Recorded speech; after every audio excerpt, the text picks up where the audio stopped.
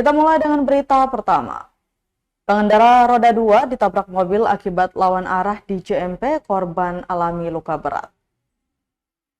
Kecelakaan lalu lintas kembali terjadi di Jembatan Merah Putih sekitar pukul 2.30 waktu Indonesia Timur, Selasa 2 Juli 2024 dini hari.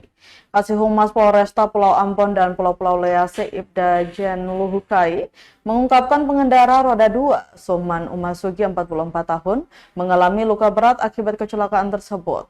Dijelaskan awalnya pengendara mobil dengan nomor polisi DE 1229 AS, Dennis Winfred Siauta 21 tahun, bergerak dari arah Poka menuju arah Kota Ambon. Setibanya di atas CMP, Siauta kaget ada sebuah kendaraan roda 2 dari arah berlawanan. Lantaran kaget, kendaraan tersebut tak menyalakan lampu dan jarak sudah sangatlah dekat, tabrakan pun tak terhindarkan. Akibatnya pengendara roda 2 jatuh hingga tak sadarkan diri. Korban pun dilarikan ke Rumah Sakit Dr. J. Laimena guna penanganan medis.